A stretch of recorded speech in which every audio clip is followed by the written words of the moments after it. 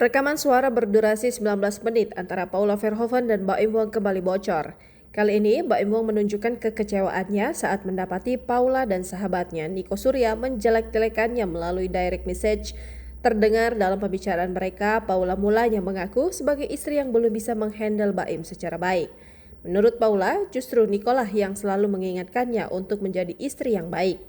Menyahut ucapan sang istri, Baim terdengar muak. Aduh, makanya aku dibilangin kamu gak mau dengar kenapa. Beda banget apa yang kamu omongin sama isi-isi chat sama DM. Ucap Baim mulai membongkar tabiat Paula dan Nico di belakangnya. Aku udah baca semuanya, Paula Verhoeven, sindir Baim. Ia mengurai bagaimana Paula menjelekannya bersama Nico. Kamu jelek-jelekin aku berdua, kamu istri aku, hati-hati loh dosa itu, tegas Baim memperingatkan. Di kesempatan itu, Baim sekaligus membongkar dugaan perselingkuhan Paula.